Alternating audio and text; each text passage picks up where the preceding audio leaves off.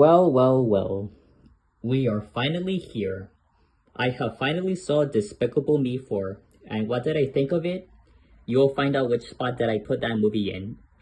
Today's video, I am going to be ranking on the Despicable Me movies and Minions movies from worst to best. Now remember, this is my opinion when I talk about what are my honest thoughts on those movies, and if there are some of them that you like that are in the worst section, glad you like it. I also found out that the franchise will continue as the Mega Minions franchise, now that Despicable Me 4 is the last one. And yes, that Minions 3 has already been announced. So without wasting any more time, let's start ranking. Starting on the worst spot is Despicable Me 3. When I first watched this movie online on a website called M4U Free, I thought it was okay, but then when I went back to rewatch it like 9 days later, I was like, okay, it's not really that great. And then all the way to March 2019, when I was at the dentist's waiting room, waiting for my appointment to start, they put on this movie back when it used to be on Netflix, way before it was moved to Peacock a year later. And while watching it until the part where the minions were singing at the flying ship they built to escape prison, I was like, okay, this is so boring and a complete waste of time. Not too long ago, people start to have mixed opinions on Me 3 when they say things like, it's the weakest, it's decent, mediocre, or not as good as the first two films, but way better than the first Minions from 2015. Fans who wanted to like this threequel hated, and critics hated, instead of saying that it's Shrek the Third and Alvin and the Chipmunks 3 all over again. Or not that over again kind of way. It seemed like the scriptwriters started running out of ideas, like have Margot get herself another boyfriend, replacing El Macho's son, and Gru get along with Drew like he did with Lucy and the girls. Now let's talk about the characters. Balthazar Brat is the weakest villain ever, compared to Kai from Kung Fu Panda 3.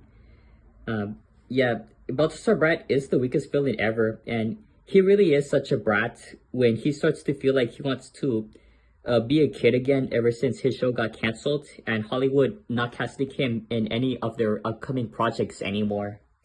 Lucy and the girls are okay in this one.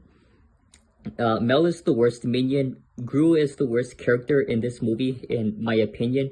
I felt like they ruined his personality in this one. Like where he says to the minions that he doesn't want to go back to the way he used to be. After getting fired from the AVL for letting Brat escape, and much later starts to become so rude to his long-lost twin brother, Drew, for screwing things up, who is also the worst and annoying character than the Minions.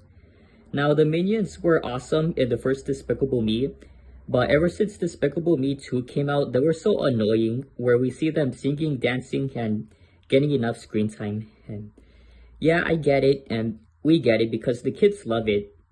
As of now, all the little kids that were born in the late 2000s and early 2010s that grew up watching the previous films are now teenagers, and when going back to rewatch those films, they will find them annoying or don't think of them as annoying as they remember.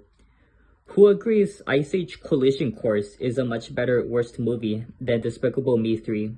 I know some of you guys would agree with me on this, and it's just a comparison that came up to me a long time ago.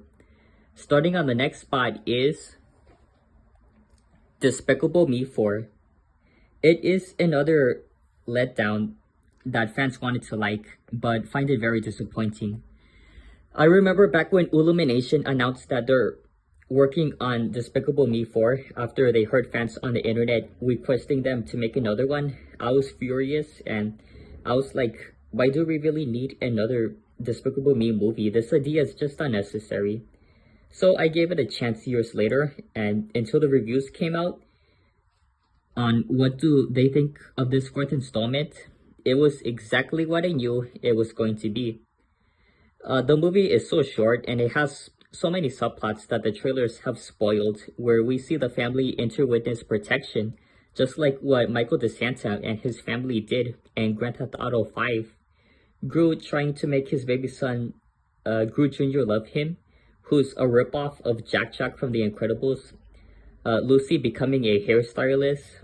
The two girls, except Margot, taking karate class.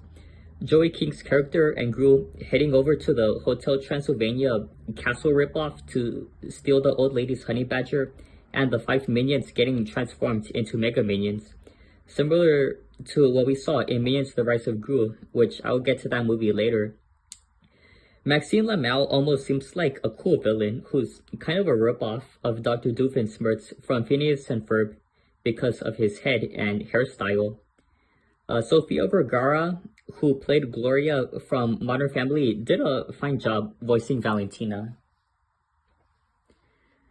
So yeah, I totally agree on one thing that everyone on the internet just said back when the first trailer came out.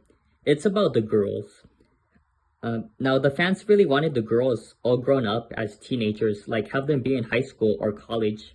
That would have been awesome, but no, they didn't.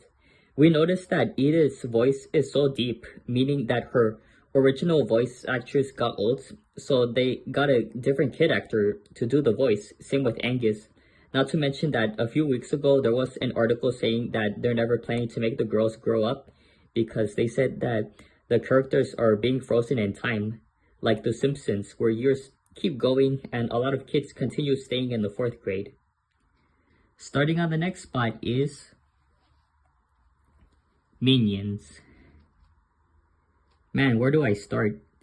After Despicable Me 2 became a huge success, everyone started wondering if Dr. Nefario created the Minions, but no, it turned out that he didn't create them. We get to find out how did these yellow-shaped SpongeBob Chunky pills existed. What I didn't like about the spin-off prequel, which was panned by critics, is the humor. My god, that the humor is so childish that it made a lot of parents not like it. Even critics as well. Back when Minions came out, one of the voiceover guys on the TV spots say that it's fun for the whole family. But to be honest, it didn't feel like a family movie. It just feels like it's a movie that's targeted for noisy children to keep them quiet for a while. No wonder why that explains the reason parents who say they never grew up with computer animation start to complain to their teenage children and adult children that animation is for kids. But they only meant animated movies that has childish humor, ridiculous comedy, musicals, and other stuff they did not like. They would also be like, if you love continuing watching animated movies as a teenager or an adult, go watch better ones like The Incredibles or Finding Nemo. They're way better. The things I like about Minions 2015 are the two villains, Scarlet and Herb Overkill.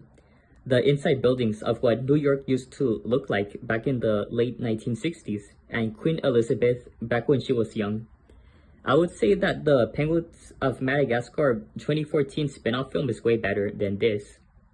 Starting on the next spot, but in the best section is Minions The Rise of Gru. What I like about this sequel is the realistic animation, the 1970s clothing, the record store, along with the bottom hideout meeting where the Vicious Six are at, and the look at the stone. The Minions getting superpowers and being transformed into animals gave me DC Length of Super Pets vibes, which that movie did came out the same month and year. Overall, there's nothing else I want to say about The Rise of Gru, but that's about it. Starting on the next spot is Despicable Me. It's entertaining, fun to watch, has outstanding clever writing, and the animation is so outdated, meaning that it's super old, but holds up well to this day. And the songs that Pharrell Williams wrote are fantastic. He is Illumination's version of Randy Newman. Not too long ago, fans are starting to like Vector more than El Macho. They released a short called Mooned, where we get to see Vector trying to head back to Earth, but unfortunately lands into Mars. Last but not least, starting on the best spot is Despicable Me 2. I used to find it overrated because I wanted the first movie to be a standalone film. So guess what? I stopped hating on it years later. A lot of fans started loving the sequel before saying that sequels are better than originals when it comes to the story, the new characters, the songs, and the climax. The evil minions were awesome when El Macho uses them as his real henchmen, even security guards as well. The evil minions can eat up any specific object we see, like a heavy metal object. Back when this sequel came out, there was a lot of merchandise that featured the evil minions. Whenever we go shopping at the mall or at the toy section, the chemistry of Gru and Lucy's relationship is really good, and El Macho is the best Mexican villain of all time. Now let's talk about the soundtrack song that Pharrell Williams wrote, which is none other than Happy. I find that song to be overrated in my opinion, but I do understand why it has gotten so much love because of the background music and the singing that Pharrell Williams sang. Pharrell's other song, Double Life, from the fourth movie is catchy and better, which I forgot to mention that earlier. I remember one of my classmates from some of the elective classrooms I had in high school never really liked Happy to begin with, after we remember hearing that song so many times when grocery shopping, going to a party on weekends, and on the radio. It earned numerous awards for Best Song and Best Favorite Song of all time. Anyway, this is how I ranked on the Despicable Me movies and Minions movies from worst to best. Now, before I end this video, I'm going to be talking about 4 reasons why Kung Fu Panda 4 and Despicable Me 4 are the same movie. It's gonna be really mind-blowing when I say this. Reason number 1. The Chameleon and Maxine Lamau are green villains. Reason number 2. All the villains from the previous films from 2 different franchises appear in a 4th installment. Reason number 3. These 2 animated movies came out the same year, 2024. And reason number 4. These 2 movies that are made by 2 different animation studios are both owned by Universal's parent company, Comcast. If you like this video, please be sure to leave a like, comment, share, subscribe. Hit the bell notification to get notified whenever new videos get uploaded right away. And I will see you all in the next video.